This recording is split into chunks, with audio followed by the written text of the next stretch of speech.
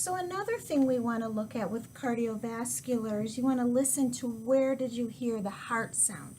You want the heart sound to be over the left side of the chest and not pushed over to the right side.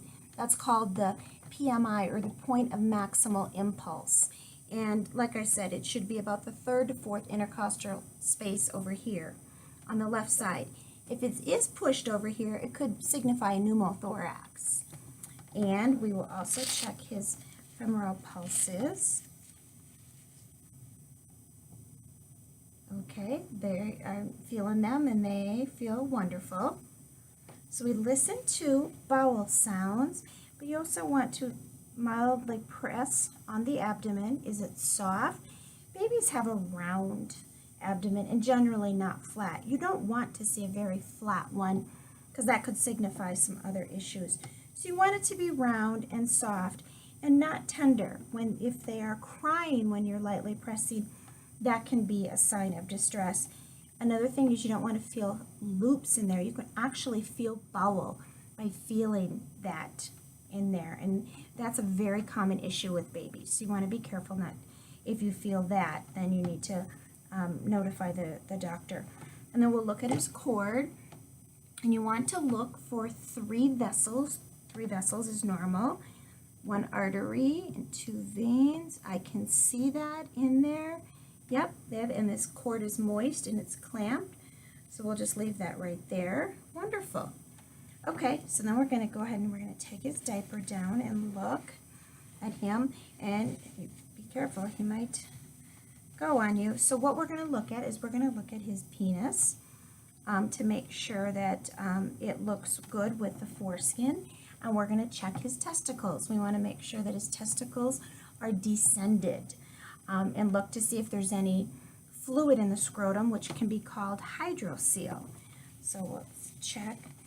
Okay, so his penis he doesn't have a lot of foreskin.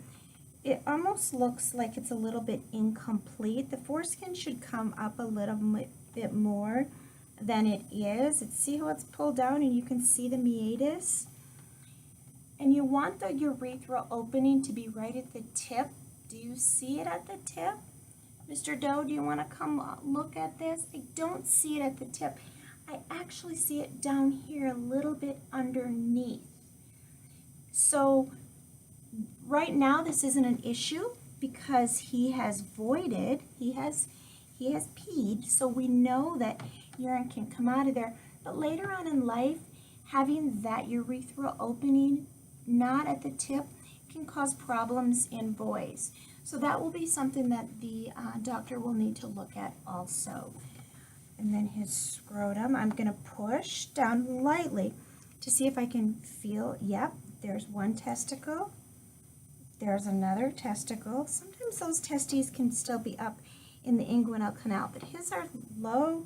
I feel them. They're not filled with fluid, which would signify some hydrocele, which generally goes away when you see that. That looks good. So if he were a girl, so this is for you, Jade, I would look at his vagina and or her vagina, and I would see if she has any tags, any vaginal tags. But all right, so we're going to turn him over and we're going to look at his back. Now what I'm looking at now is I'm looking at his anus. I need to make sure it's open.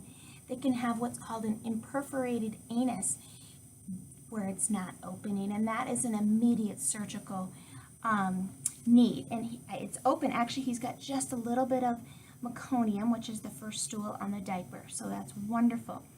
As I have him turned, I'm looking at his back also. Does he have any birthmarks? Common is Mongolian spots on his back.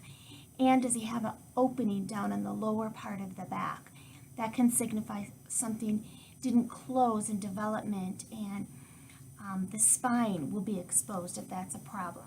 And there's times where they even have like a little dimple, and you need to pry it open or get an ultrasound to look at that. You don't want to pry hard, but you kind of move it a little bit to see if you can tell if it's open.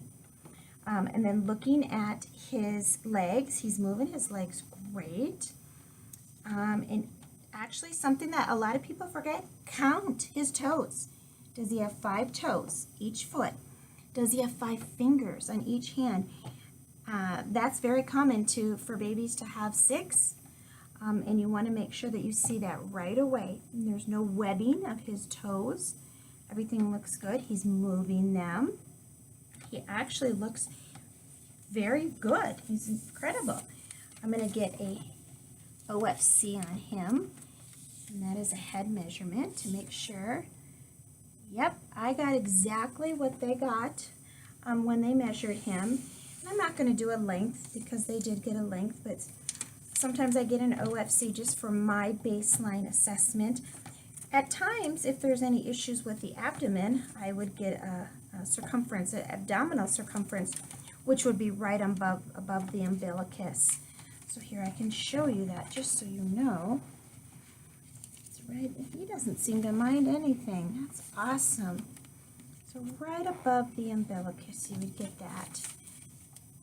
Just like that. Okay, perfect. All right. Another thing you want to look at with newborns is their reflexes. Do they have a moro or a startle? So like when I come in and touch him, does he kind of startle? That's a normal reflex. We want them to have that. Or a cough or a gag. And you notice when I put my finger in his mouth to check his palate, he did kind of gag a little bit. He did not like that. And if you go not very far, let's see if we can do that, he'll start sucking. See, that's a good thing too. Or you can even put a pacifier, which I don't have, in his mouth and see if he'll suck. Does he have a grasp? Oh yes, he grabs onto my fingers really well. That's perfect. And then I don't know if this baby will, he might be young. They'll root. They'll start to act like they're looking for the breast, and they'll turn their head like they want the breast to be right there, and they want to suck and eat. It's very common.